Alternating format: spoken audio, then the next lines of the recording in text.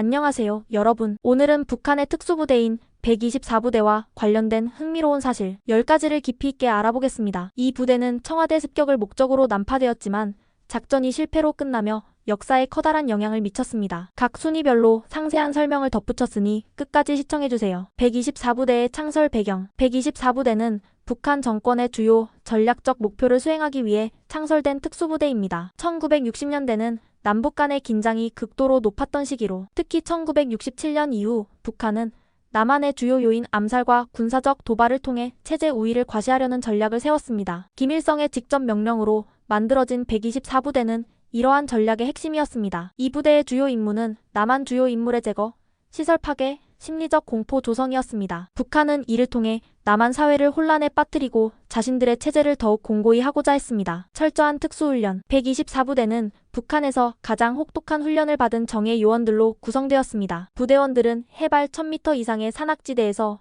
생존 훈련을 받았고 적진 침투와 탈출, 야간 전투 등 고난도의 군사 기술을 습득했습니다. 특히 부대원들은 남한의 지리, 언어, 문화까지 철저히 익히도록 훈련받았으며 남한 군복과 무기를 사용하여 남한군으로 완벽히 위장할 수 있도록 훈련되었습니다. 이러한 철저한 준비는 그들이 실제 작전에서 서울까지 침투하는 데 성공할 수 있었던 이유였습니다. 청와대 습격 작전의 시작. 1968년 1월 17일 31명의 124부대원은 군사분 개선을 넘어 남한으로 침투했습니다. 이들의 목표는 청와대를 습격하고 박정희 대통령을 제거하는 것이었습니다. 이들은 최정예 요원으로 구성되었고 총기와 폭탄 등 고급 무기를 소지하고 있었습니다. 남한으로 넘어온 이후에는 낮에는 은신하고 밤에는 이동하며 서울로 접근했습니다. 이들은 철저히 위장하여 일반 군인처럼 행동했으며 지형지물을 이용해 적에게 발각되지 않도록 했습니다. 남욱군과의 우연한 조우. 침투 과정 중 이들은 파주의 삼봉산에서 남욱군 우시 내영재를 마주쳤습니다. 부대원들은 작전의 비밀이 누설될 것을 우려해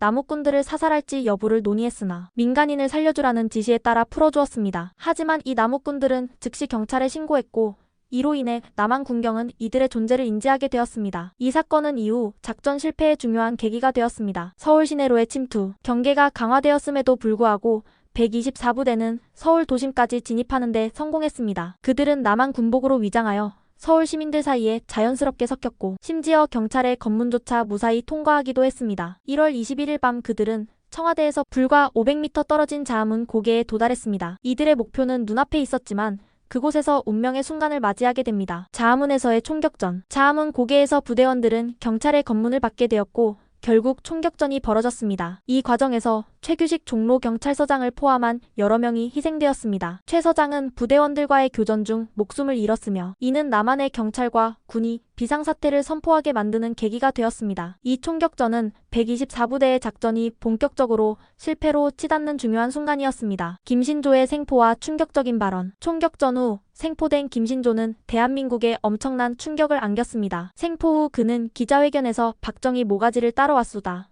라는 발언을 했고 이는 당시 남한 국민들에게 강렬한 인상을 남겼습니다. 김신조는 이후 조사 과정에서 124부대의 작전 계획과 훈련 과정을 상세히 진술하며 북한의 공작 활동을 적나라하게 드러냈습니다. 작전 실패와 부대원의 최후. 124부대원 31명 중 29명은 사살되었으며 1명은 북으로 도주했습니다. 작전 실패로 인해 부대원 대부분이 목숨을 잃었고 이 과정에서 민간인과 군경 포함 30명이 사망하고 52명이 부상을 입었습니다. 이는 대한민국 역사상 가장 큰 규모의 북한 특수부대 침투 사건으로 기록되었습니다. 사건 이후의 대한민국. 이 사건은 대한민국의 안보체계에 큰 변화를 가져왔습니다. 사건 직후 향토예비군이 창설되었고 대통령 경호가 대폭 강화되었습니다. 또한 비무장지대와 군사분 개선의 방어 체계가 재정비되었으며 국군의 훈련과 장비 수준도 크게 향상되었습니다. 김신조의 귀순 이후 3. 귀순한 김신조는 새로운 삶을 선택했습니다. 조사 후 그는 대한민국에서 보호를 받으며 새로운 삶을 살기 시작했고 이후 목회자의 길을 걷게 되었습니다. 현재 그는 서울성락교회의 원로 목사로 활동하며 과거와는 다른 삶을 살고 있습니다. 그는 종종 강연을 통해 자신의 경험과 북한 체제의 실상을 알리고 있습니다. 이렇게 김신조 부대와 124부대에 얽힌 흥미로운 사실 10가지를 살펴보았습니다. 이 사건은 단순한 군사작전을 넘어 남북관계와 대한민국의 안보에 지대한 영향을 미쳤습니다. 여러분은 이 사건에 대해 어떻게 생각하시나요? 댓글로 의견을 남겨주세요.